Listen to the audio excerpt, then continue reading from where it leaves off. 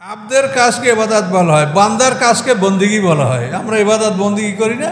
আমরা যদি বান্দা হই তাহলে আমাদের কাজ বন্দিগি, আমরা যদি গোলাম হই, আবদ হই, তো আমাদের কাজ হবে ইবাদত।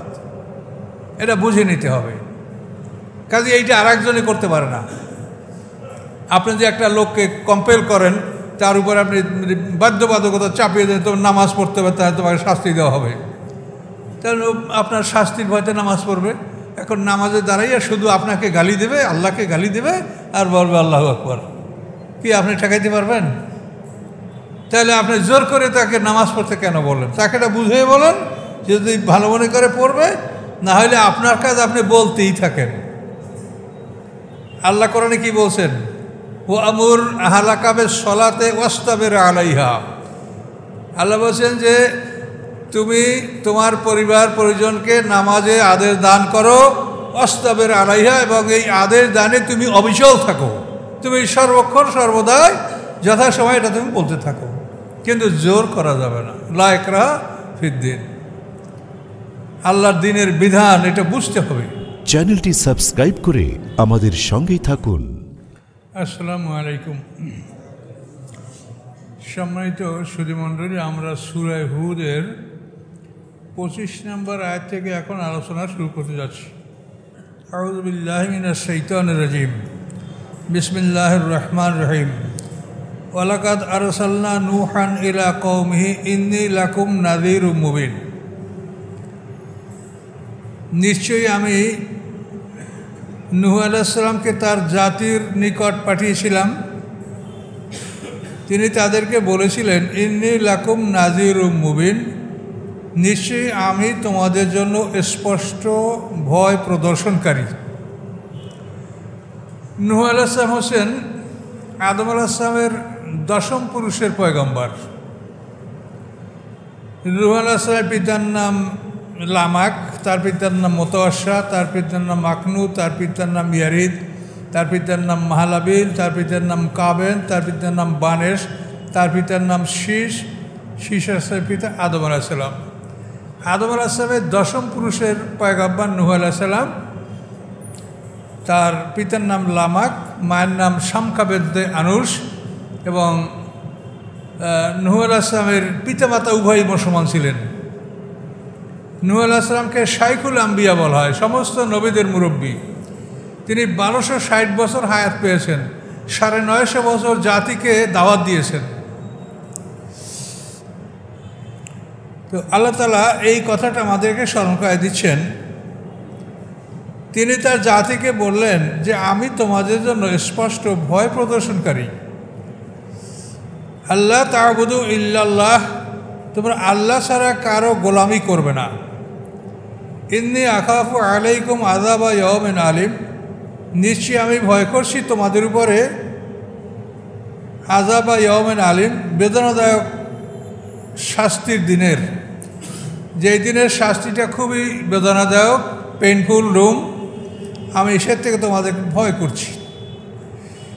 ফাকাল আল মালাউল্লাযিনা কাফারু, অতঃপর বলল নেতাগণ যারা অবিশ্বাসী, মেন কওমিহি, তার জাতি হতে, তার জাতি হতে যারা অবিশ্বাস, তারা বলল, মা নারাকা ইল্লা বাশা মেসলানা, আমরা তোমাকে কিছুই দেখতে পাচ্ছি না আমাদের মতো মানুষ ছাড়া, তুমি তো আমাদের মতো মানুষ। ওমা নারা কাত্তাবাকা ইল্লাল্লাযিনা আরাদুলুনা, এবং আমরা দেখতে পাচ্ছি না ইহা ছাড়া যে তোমার অনুকরণ করে আমাদের সমাজের অধম যারা, তারা বাদিয়ার রাই, জ্ঞান বুদ্ধি কম, এই সমস্ত লোকেরা তোমার অনুকরণ করে।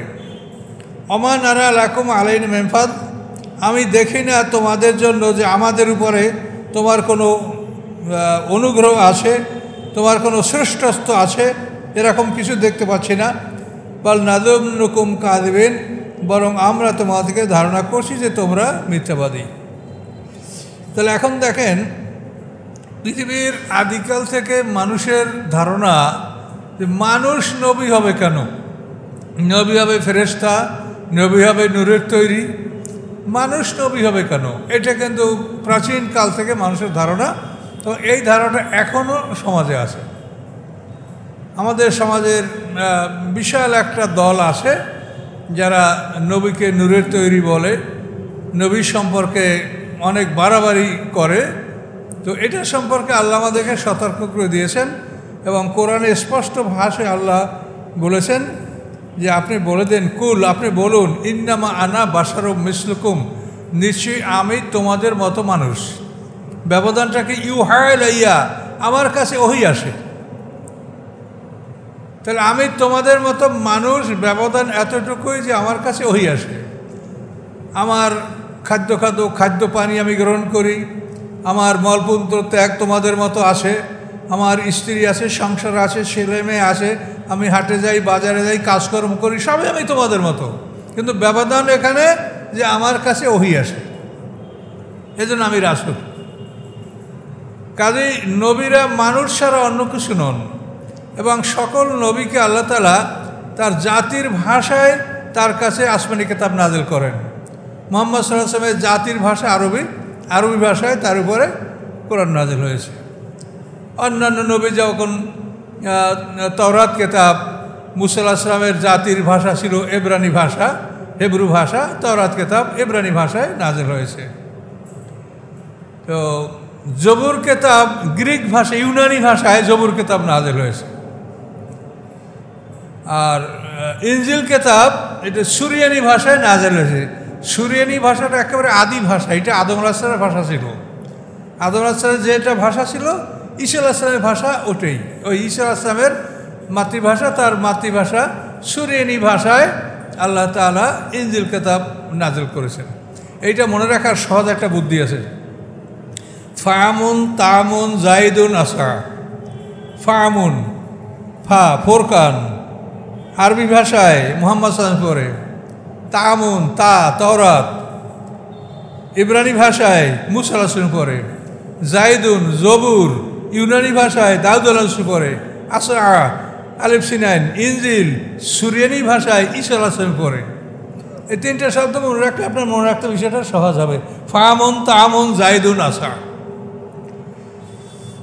তো এক একটা আসমানি কিতাব এক এক ভাষা, অর্থাৎ যে জাতির মাতৃভাষা যা, সেই ভাষা আল্লাহ তাআলা নবী পাঠিয়েছেন, তাদের মাতৃভাষায় তাদের কাছে আসমানি কিতাব পাঠিয়েছেন যাতে তাদের বুঝতে অসুবিধা না হয়। এবং তার জাতির গোত্র থেকে বাছাই করে নবী বানিয়েছেন। অপরিচিত লোকে একটা কথা বললে সেটা আপনার বুঝতে, সেই লোকটা কে না কি, তাকে জানতে শুনতে আপনার অনেক সময় লাগবে। কাজে আপনার সমাজের আপনিই জানেন যে কে মুহাম্মদ সাল্লাল্লাহু আলাইহি ওয়াসাল্লাম। বাল্যকাল থেকে এই সমাজে তিনি বড় হয়েছে, তোমরাই তাকে সাদিক বলেছো, আলামিন বলেছো, সত্যবাদী বলেছো।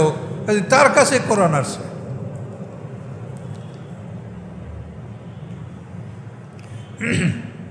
কয়লা পয়গম্বর বললেন, ইয়া কওমে, হে আমার জাতি, আর আইতুম, তোমরা কি মনে করো, ইন কুনতু আলা বাইনাতিন, যদি আমি থাকি উজ্জ্বল প্রমাণের উপরে, মির রব্বি, আমার রবের পক্ষ থেকে, ও আতানি রহমাতান, এবং যদি তিনি দান করে থাকেন আমাকে দয়া, মের ইনদিহি, তার নিকট হতে, ফা উম্মিয়াত আলাইকুম, এবং যদি সেটা তোমাদের কাছে অন্ধময় হয়। উমিউন মানে অন্ধময়, অর্থাৎ তোমরা যেন এটা অন্ধ, কিছু দেখছো না, বুঝছো না। কাজেই এটা তোমাদের কাছে অন্ধময়, যে তোমরা যেন এটাকে মনে করছো যে অন্ধ যেরকম দেখে না, তোমরা সেটা দেখতে পাচ্ছ না। ফা উম্মিয়াত আলাইকুম, তোমাদের কাছে অন্ধময় মনে হচ্ছে। আর নুলজিমুকুমা আনতুম লা কারিহুন, পয়গম্বর বলছেন, আমি কি তোমাদের উপর এটা অবশ্য পালনীয় বলে চাপিয়ে দেব, অথচ তোমরা তা পছন্দ করো না? না, লা ইকরাহা ফিদ্দিন, দিনের ব্যাপারে কোনো রকম জবরদস্তি নাই। দিনের ব্যাপারে আপনি পরিষ্কার কথা বলে দেবেন, এইটা আপনার কাজ। কিন্তু কে গ্রহণ করবে না করবে সেটা নিজের ইচ্ছে। জোর করে কোনোদিন কাউকে মুসলমান বানানো যায় না। তার কারণ ইমান হলো অন্তরে বিশ্বাস। কাজে অন্তরে বিশ্বাস এটা নিজের অন্তর থেকেই করতে হবে। মুমিন মানে হলো তার নিজের জানমাল আল্লাহর কাছে বিক্রি করতে হবে। এখন আপনার জানমাল কি আমি বিক্রি করতে পারবো? আমার জানমাল কি আমি ছাড়া অন্য কেউ বিক্রি করতে পারবে? কাজে এই জন্য ইমান জিনিসটা এমনই যে এটা জোর করার একটা বিষয় না। সে যদি বোঝে তার নিজের জীবন সম্পত্তি আল্লাহর কাছে বিক্রি করবে, বিক্রি সে আল্লাহর গোলাম হয়ে যাবে, বাস আল্লাহর গোলাম হইলেই খালাস। আল্লাহ বলছেন গোলাম হও, বেহেশতে যাও। একটা শব্দ আপনাদেরকে একটু বলছি, কোরআন পাকে সব ক্ষেত্রেই আল্লাহ প্রথমে ঈমান আনার কথা বলছেন। ঈমান আনো, ইবাদত করো। ঈমান আনো, ইবাদত করো। ঈমান আনো, নেকামল করো। কিন্তু কতগুলি আয়াত আছে, যেমন ইয়া ইয়ুন্নাস উবুদু রাব্বাকুম, হে মানুষেরা তোমরা তোমাদের রবের ইবাদত করো। এখানে কিন্তু আগে ঈমানের কথা বলা হয় নাই। ওয়াবুদুল্লাহ ওয়ালা তুশরিকু বিহি শাইআ, তোমরা আল্লাহর ইবাদত করো, আল্লাহর সাথে শরিক করো না। এখানে কিন্তু ঈমানের কথা বলা হয় নাই। এখানে বিষয়টা কি? বিষয়টা হলো এই যে উবুদু শব্দ যেখানে বলা হয়েছে, সেখানে ওই একই শব্দের মধ্যে দুইটা আদেশ আছে। শব্দের অর্থ কি? তুমি গোলামি করো। তো গোলামি করতে হলে আগে তোমাকে গোলাম হতে হবে, গোলাম হওয়ার পরে তুমি গোলামি করবে। তুমি গোলাম না হইয়া গোলামি করতে পারবে? এই জন্য যেখানে উবুদু বলা হয়েছে সেখানে পিছনে ঈমানের কথা বলা হয় নাই, যাতে ওই উবুদু শব্দের মধ্যে তুমি গোলামি করো, মানে তুমি আগে গোলাম হও, তারপর তুমি আল্লাহর গোলামি করো। এটা কিন্তু আপনাকে বুঝতে হবে। কোরআনের মধ্যে কোনো কন্ট্রাডিকশন নাই, কোনো বৈপরীত্য নাই। কাজেই যেখানে আল্লাহ তাআলা সব জায়গায় বলছে ঈমান আগে, নামাজ ইবাদত পরে, কিন্তু উবুদু এখানে আপনি দেখবেন যে পিছনে ঈমানের কথা নাই।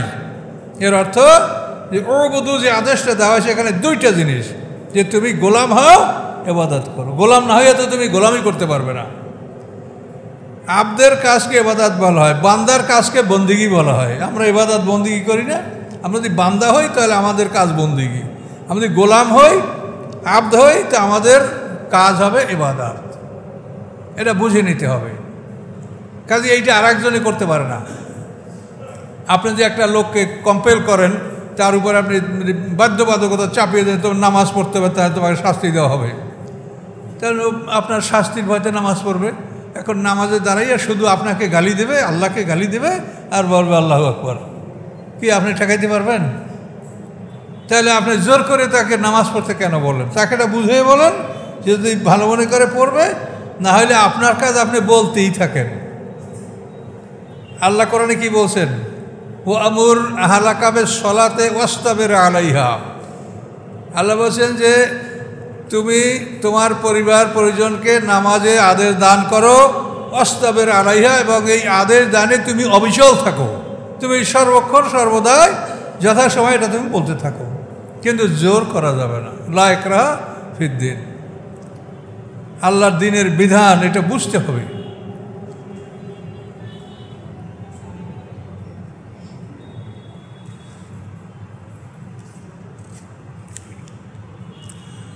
ওয়া কওমি লা আসআলুকুম আলাইহি মালান ইন আজরিয়া ইল্লা আলাল্লাহ। নূহ আলাইহিস সালাম বললেন, হে আমার জাতি, আমার দাওয়াত ও তাবলীগের বিনিময়ে তোমাদের কাছে আমি কোনো সম্পদ দাবি করি না। ইন আজরিয়া ইল্লা আলাল্লাহ, নয় আমার বিনিময় আল্লাহ ছাড়া অন্য কারো উপরে। ওমা আনা বিতারিদিল্লাযিনা আমানু, এবং আমি নই যে আমি বিতাড়িত করব মোমেনদেরকে। ইন্নাহুম মুলাকু রাব্বিহিম, নিশ্চয়ই তারা সাক্ষাৎ করবে তাদের রবের সাথে। ওয়ালাকিন্নী, বরং আমি, নিশ্চয়ই আমি আরাকুম, দেখছি তোমাদেরকে, কওমান তাজহালুন, যে তোমরা একটা নির্বোধ জাতি। নূহ আলাইহিস সালাম এই কথা বললেন। তো পয়গম্বররা আল্লাহর চাকুরি করেন, তাদের বেতন আল্লাহর পক্ষ থেকে ধার্য থাকে। সমগ্র পৃথিবীর সম্পদ আল্লাহর। এর থেকে আল্লাহ তাআলা একটা অর্ডার দিয়ে দেন যে পয়গম্বররা এইটা পাবে।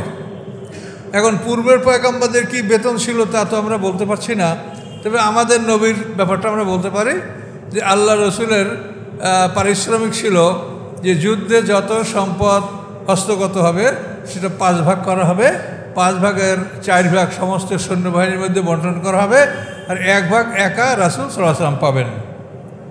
এবং সেইটা তার নিজের জন্য, আত্মীয়স্বজনের জন্য, এতিম মিসকিন মোসাফের জন্য এই 5টা গ্রুপ উল্লেখ করা, এদের জন্য ব্যয় করবেন। এরপরে বিনা যুদ্ধে যে সম্পদগুলো হস্তগত হবে, যেমন খাইবারের যুদ্ধে নায়েম দুর্গ, কামুজ দুর্গ, এই 2টা দুর্গ মুসলমানরা যুদ্ধ করে জয় করেছে। এরপরে সব দুর্গগুলা ওরা সারেন্ডার করেছে, যে প্রধান 2টা দুর্গই যখন সারেন্ডার, তা আমরা পারবো না। এখন এই বিনা যুদ্ধে যে সম্পদটা মুসলমানদের হস্তগত হয়েছে, এটাকে বলে মালি ফাই। ফাই শব্দের অর্থ ফেরত দেওয়া। মানে মনে করেন আপনি আপনার একটা ছেলেকে বা আপনার কাজের লোককে টাকা দিয়ে বাজারে পাঠাইছেন, এটা বাজার করে আনো, সে বাজার করতে পারলো না, তখন তার থেকে টাকাটা ফেরত এনে আরেকজনকে দেবে, এই ও পারে তুমি যাও। তো এই যে আপনি একজনের থেকে ফেরত আনলেন, এই ফেরত আনার কথাটা হলো ভাই। তো আল্লাহ বলেন যে আমি এই কোরআন নাযিল হওয়ার আগে ইহুদি খ্রিস্টানদের উপরে দায়িত্ব দিয়েছিলাম যে তারা আমার কাজ করবে। তারা যখন আমার কাজ করে না, তো তাদেরকে আমি যে ধন সম্পদ নেয়ামত দিয়েছিলাম এটা আমি ফেরত নিয়ে আসলাম। এই ফেরত আনার কথা হচ্ছে ফাই। এই মালে ফাই যেটা, এটা আল্লাহ বলছেন এটা সব আল্লাহ রসুলের কাছে, সে একাই এটার মালিক, এটা অন্য কেউ সৈন্যদের মধ্যে বন্টন করা হবে না। এটা আল্লাহ রসুল সৈন্যদের মধ্যে বন্টন করেন নাই, এটা আল্লাহ রসুল একার জন্য রয়েছে। এবং এই বিশাল সম্পদ আল্লাহ রসুলের তার বিশাল খরচ ছিল। ধরেন মক্কা বিজয়ের পরে, অষ্টমী দিতে মক্কা বিজয় হলো, এই মক্কা বিজয়ের পরে নবম হিজরিতে শত শত প্রতিনিধি দল মদিনায় আসছে বিভিন্ন অঞ্চল থেকে। যখন দেখলো সবাই যে মুহাম্মদ সাল্লাল্লাহু আলাইহি ওয়াসাল্লাম মক্কা জয় করেছে, তখন সবাই নিরাশ হয়ে গেল। যেটা কোরআনে বলা আছে, আলিয়াউমা ইয়াইসাল্লাযিনা কাফারু মিন দীনিকুম, যে আজকে কাফেররা তোমাদের দিন থেকে নিরাশ হলো, যে তোমাদেরকে যে দিন থেকে ফিরাবে আশা আর তাদের থাকলো না। এতদিন পর্যন্ত তাদের সমস্ত ধন সম্পদ ব্যয় করে তোমাদেরকে তোমাদের দিন থেকে ফিরাতে চেয়েছিল, কিন্তু এখন তারা নিরাশ হয়ে গেল যে এদের সাথে পারা যাবে না। তখন এরা আস্তে আস্তে সব মদিনায় হাজির হইয়া মুসলমান হতে লাগলো। শত শত ডেপুটেশন দল বিভিন্ন অঞ্চল থেকে।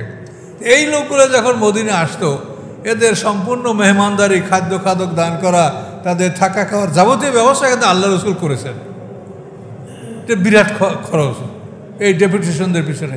এইসব খরচ, এইসব নির্বাহী ব্যয় যেটা, এটা আল্লাহ রসুল তার এই মালি ফাই, এই যে বিশাল সম্পদ, তারপরে যে গনিমতের 5 ভাগের সম্পদ, এই সম্পদগুলি আল্লাহ রসুলের বিভিন্ন কাজে ব্যয় করেছেন। যুদ্ধক্ষেত্রে সৈন্যবাহিনীর অস্ত্র ছিল না যাদের, তলোয়ার ছিল না যাদের, তাদের জন্য এই বিভিন্ন খাতে এই অর্থটা আল্লাহ রসুল ব্যয় করছেন। আল্লাহ রসুল কিন্তু কোটিপতি ছিলেন। তার যে সম্পদ ছিল সেটা কোনো রাজা বাদশাহ ছিল না। তিনি যখন হজ করতে গেছেন তখন 100 উট কোরবানির জন্য নিয়ে গেছেন। 163টা উট আল্লাহ রসুল নিজ হাতে জবাই করেছেন। বাকি 37টা উট আল্লাহ রসুলের পক্ষ থেকে হযরত আলী রাদিয়াল্লাহু আনহু জবাই করেছেন। অথচ ইতিহাস কি লেখে, আল্লাহ রসুল মৃত্যুর সময় কি খবর ছিল, যে আল্লাহ রসুল একটা বর্ম ইহুদির কাছে বন্ধক রাখিয়া 75 কেজি গম আনছিলেন। নাউজুবিল্লাহ বলেন। একেবারে বিশুদ্ধ হাদিসগুলো সেহাসাত্তায় আছে। সেহাসাত্তায় থাকলেই সেটা হাদিস হয় না। আপনি বলেন এইটা কি কোনো আকল স্বীকার করে, কোনো জ্ঞানকে এটা পারমিট করে? ইহুদি কোথায় পাওয়া গেল? মদিনায় 3 দল ইহুদি ছিল, তারা তো সব মদিনা থেকে বহিষ্কার হয়ে গেল। বদরের যুদ্ধের পরে ইহুদি বনু কাইনুকা, তারপরে উহুদ যুদ্ধের পরে ইহুদি বনু নজির, খন্দক যুদ্ধের পরে ইহুদি বনু কুরাইজা। এতে কোনো সন্দেহ আছে? এগুলো সব ঘটনা কোরআনে আছে। এগুলো কোনো হাদিসের কথা না, সব কোরআনে আছে এই ঘটনাগুলি। সমস্ত ইহুদিদেরকে তাড়িয়ে দেওয়া হলো, মদিনার আশপাশেও তারা থাকতে পারবে না। মানে আল্লাহ রসুল কোথায় পাইল ইহুদি? তার কাছে একটা বর্ম বন্ধক রাখিয়া আল্লাহ রসুল 75 কেজি গম আনছে। বলেন আলেমদের ওয়াজ। ইহুদির বাড়ি চাকরি করতে গেছে, বালতি ভরিয়ে পানি উঠেছে, বালতি ছিঁড়িয়ে গেছে, ইহুদি আল্লাহ রসুলকে চর মারছে। আমি বলবো এরকম ওয়াজ যদি কেউ করে, তা আপনারা তাকে চর মারিয়ে স্টেজে নামাই দিন, যে বেয়াদব, আল্লাহ রসুলের সম্মান নষ্ট করছো। আল্লাহ রসুল ইহুদির বাড়ি কাজ করতে যাবেন?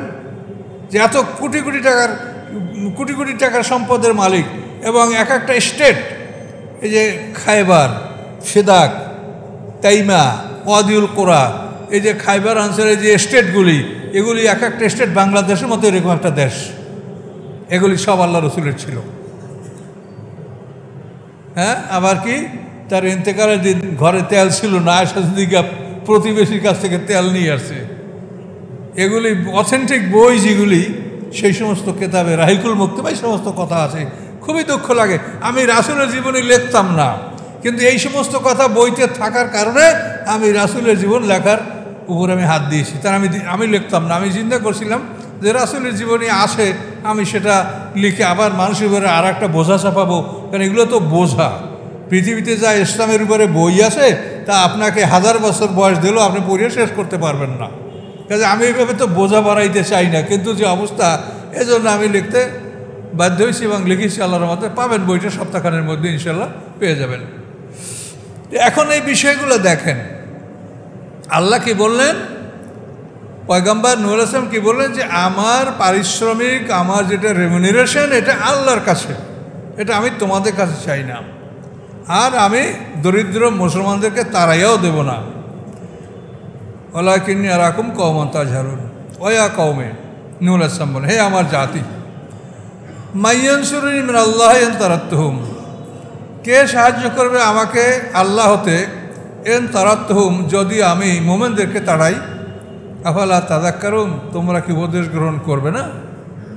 এই দরিদ্রদেরকে তাড়াইয়ে দেওয়া, এটার জন্য কিন্তু আমাদের রাসূলকেও বলা হয়েছে, কোরআনে পরিষ্কার বিবরণ আছে। রাসূলের কাছে আম্মার, সোহাব, বেলাল, সালমান এ ধরনের গরিব নিয়ে আল্লাহ রাসূল মজলিস করছিলেন। তখন মানে বড় বড় সম্মানিত নেতারা, উয়াইনিয়া বিন হাসান ফাজারি, আকরা বিন হাবেস, এইসব বড় বড় নেতারা আল্লাহ রাসূলের কাছে এসে তারা বলছেন, ইয়া রাসূলুল্লাহ, আমরা জাতির নেতা, আমরা যদি এই দরিদ্র মুসলমানদের সাথে বসি, যাদের মানে দেহ থেকে সোয়েটিং হর্স, মানে ঘোড়ার ঘামের মতো দুর্গন্ধ আসে, তাহলে আমাদেরকে মানুষ কী বলবে, অপমানিত করবে আমাদেরকে। কাজে এদের জন্য পৃথক মজলিস করেন, আমাদের জন্য পৃথক মজলিস করেন। তখন আল্লাহ তাআলা এমনভাবে আয়াত নাযিল করলেন, ধমক দিয়ে, যে খবরদার আপনি তাদেরকে তাড়াবেন না। তো এখন যে কথা নূহ আলাইহিস সালামের উপরে, ঠিক একই কথা আমাদের নবী সাল্লাল্লাহু আলাইহি ওয়াসাল্লামের উপরে আসছে। সমস্ত নবীদের একই অবস্থা। ওয়ালা আকুলু লাকুম ইনদি খাজাইনুল্লাহ, পয়গম্বর বললেন, আমি বলছি না যে আমার কাছে আল্লাহর ধনভাণ্ডার রয়েছে। ওয়ালা আলামুল গায়বা, আমি গায়েব জানি না। কোনো নবী রসুলরা গায়েব জানেন না, তবে গায়েবের যে বিষয় নবীদেরকে আল্লাহ তাআলা জানান, সেটা তারা জানেন। কিন্তু মানে সে সব কিছুই জানেন এটা কিছু না, যেটা আল্লাহ জানাবেন সেটা তারা জানবেন। ওয়ালা আকুলু, এবং আমি বলি না, ইন্নী মালাক, যে নিশ্চয়ই আমি ফেরেশতা।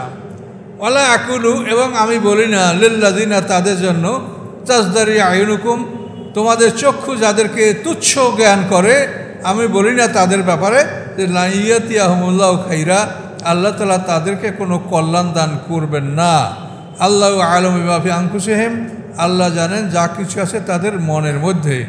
ইন্নী ইযাল্লা মিনাজ জালিমিন, আমি যদি এরকম কিছু বলি তা আমি জালেমদের অন্তর্ভুক্ত হব, জালেমদের মধ্যে গণ্য হব। কলু, তার জাতির লোকেরা বলল, ইয়া নূহু, হে নূহ আলাইহিস সালাম, কদ জাদালতানা, অবশ্যই তুমি অনেক তর্ক করেছো আমাদের সাথে। ফাকসারতা জিদালানা, তুমি অনেক বেশি তর্ক করেছো আমাদের সাথে।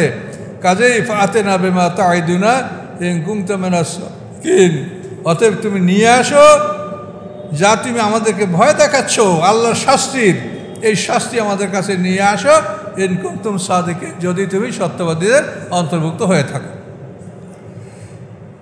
কলা, পয়গম্বর বললেন, ইন্নামা ইয়াতিকুম বিহিল্লাহ ইনশা, নিশ্চয়ই তোমাদের কাছে শাস্তি আল্লাহ নিয়ে আসবেন যদি তিনি ইচ্ছা করেন। আমি বলতে পারবো না, আল্লাহ ইচ্ছা করলে তোমাদের কাছে তিনি শাস্তি নিয়ে আসতে পারেন। আমা আনতুম বিমুজিজিন, এবং যদি আল্লাহ শাস্তি নিয়ে আসেন তাহলে তোমরা আল্লাহকে অপারগ করতে পারবে না, তোমরা কোথাও পালাতে পারবে না।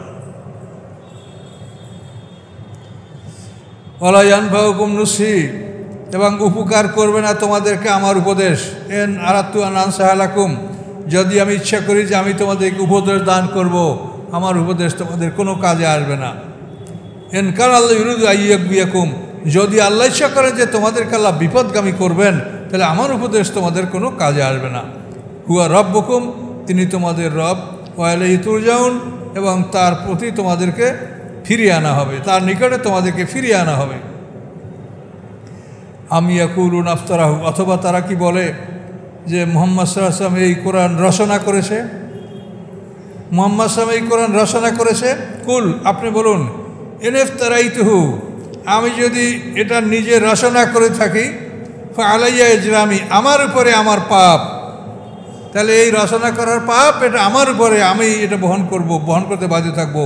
ওয়ানা বারিউ মিম্মা তুজিবুন, কিন্তু তোমরা যে অপরাধ করছো তার থেকে আমি দায়মুক্ত। তোমাদের অপরাধের জন্য আমি দায়ী হব না, আমি শুধু তোমাদেরকে দাওয়াত পৌঁছে দেবো, এটাই আমার কর্তব্য। এইভাবে নূহ আলাইহিস সালামের সাথে জাতির তর্ক বিতর্ক হলো। তিনি 950 বছর দাওয়াত দিলেন।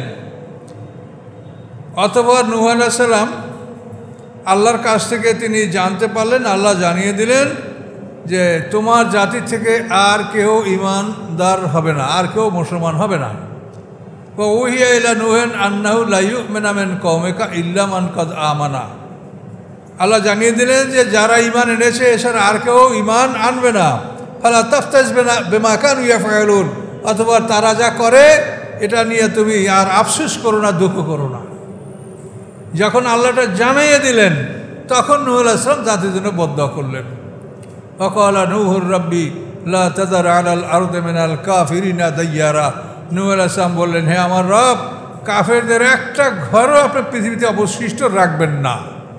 ইন্নাকা তাযারহুম, যদি আপনি তাদেরকে ছেড়ে দেন, ইউদিল্লু ইবাদাকা, তারা আপনার বান্দাদেরকে বিপদগামী করবে।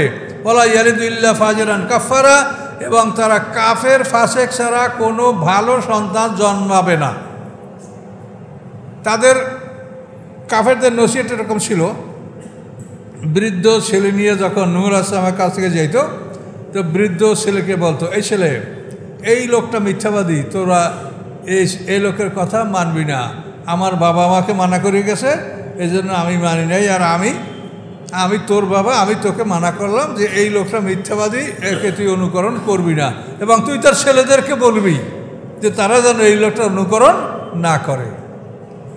এই ধরনের তাদের উপদেশ, এজন্য আল্লাহ তাআলা জানায় দিলেন যে এদের থেকে কোনো কাফের ফাসেক ফাজের ছাড়া কিছুই জন্মিবে না।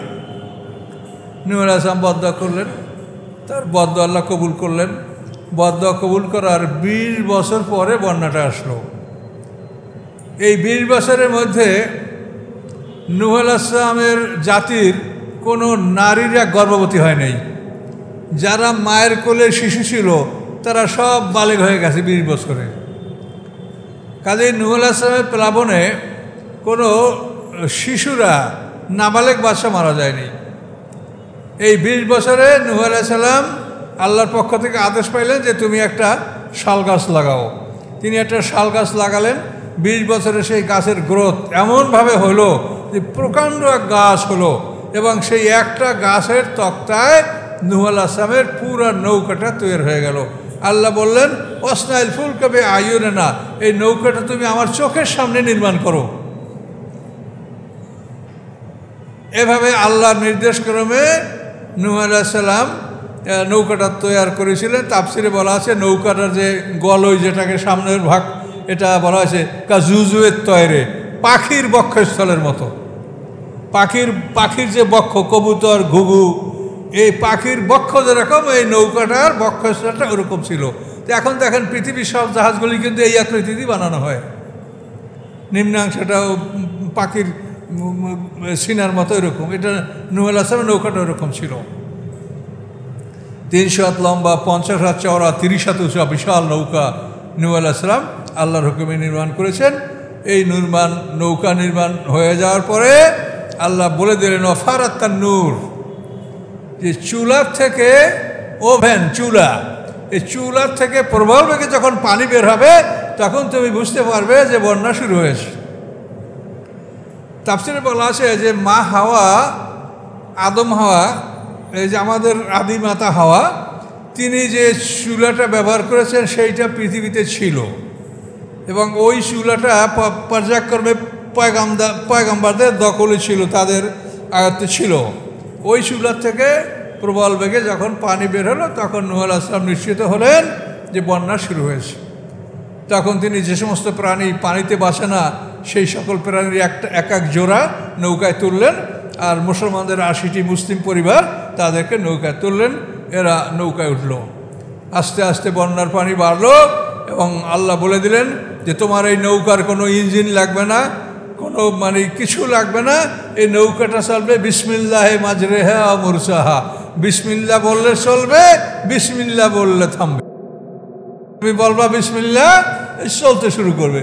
তোমার যদি মনে হয় যে থামাবে, তুমি আবার বিসমিল্লাহ বলো, এই নৌকাটা থেমে যাবে। দেখেন না, একই সুইচে আপনারা অন আর অফ করেন, কি করেন না? একই সুইচে অন এবং অফ। যে আল্লাহ ওইখানে একই সুইচ ব্যবহার করছেন যে বিসমিল্লাহ বললে নৌকা চলতে শুরু করবে, বিসমিল্লাহ বললে নৌকা আবার থামবে। 6 মাস পর্যন্ত নৌকা বন্যা ছিল। এই বন্যায় সমস্ত মুসলিমরা ধ্বংস হয়ে গেছিল এবং নৌকাটা ভাসতে ভাসতে এখান থেকে সোজা উত্তর পূর্ব দিকে ইরাকে চলে গেল এবং ইরাকের জুদি পাহাড়ে এই নৌকাটা থেমেছিল। কোরআনে বলা আছে ওয়াস্তাওয়াত আলাল জুদি। এই জুদি পর্বতের উপরে এই নৌকাটা, জুদি পর্বত অ্যারারুট পর্বতমালার জুদি অঞ্চলে এই নৌকাটা থেমেছিল এবং ওইখানেই বন্যার পরে ইরাকের সেই বেবিলনে মানব জাতির বসবাস শুরু হয় এবং মানব সভ্যতা, এই জন্য অনেকে ইতিহাসে বলে যে মানব সভ্যতার সূচনা ইরাকের এই বেবিলন থেকে শুরু হতে পারে। তো এইখানে নূহ আলাইহিস সালামের অবশিষ্ট জাতিরা বসবাস করে আস্তে আস্তে তাদের থেকে আবার পৃথিবীতে জনবসতি ছড়িয়েছে এবং আস্তে আস্তে এই নূহ আলাইহিস সালাম প্লাবনের পরে ইব্রাহিম আলাইহিস সালাম ওই ইরাকের বেবিলনে আবার নূহ আলাইহিস সালামের 10 পুরুষ পরে জন্মগ্রহণ করেন। ইব্রাহিম আলাইহিস সালাম নমরুদের দেশে বেবিলনে, এবং ইব্রাহিম আলাইহিস সালাম ওখান থেকে হেবরন শহরে হিজরত করেন এবং সেখান থেকে ইব্রাহিম আলাইহিস সালাম যখন তার বিবি হাজেরা এবং ইসমাইল আলাইহিস সালামকে নির্বাসন দিলেন মক্কায়, তখন এই হাজেরা এবং ইসমাইল আলাইহিস সালাম এই দুইটা মানুষের ছিল মক্কা অঞ্চল আবার জনবসতিতে পরিপূর্ণ হতে লাগলো। এই ইতিহাসটা খুব বড় ইতিহাস, আপনারা যথাসময়টা জানবেন। তাহলে আজকে আমাদের এই একরকম পর্যন্ত আপসি থাকলো 35 নম্বর আয়াত। অনেক কথা ছিল কিন্তু বলা যাবে না, একসঙ্গে অনেক কথা বলতে গেলে ভালো হবে না কথা। আল্লাহুম্মা আমিন। রব্বানা যালামনা আনফুসানা ওয়া ইল্লাম তাগফির লানা ওয়া তারহামনা লানাকুনান্না মিনাল খাসিরিন। রব্বানা আফরিগ আলাইনা সাবরান ওয়া তাওফানা মুসলিমিন। রব্বানা আফরিগ আলাইনা সাবরান ওয়া সাব্বিত আকদামানা ওয়ানসুরনা আলাল কওমিল কাফিরিন। সুবহানা রাব্বিকা রাব্বিল ইজ্জাতি আম্মা ইয়াসিফুন, সালামুন আলাল মুরসালিন, আলহামদুলিল্লাহি রাব্বিল আলামিন। আসসালামু আলাইকুম ওয়া রাহমাতুল্লাহ।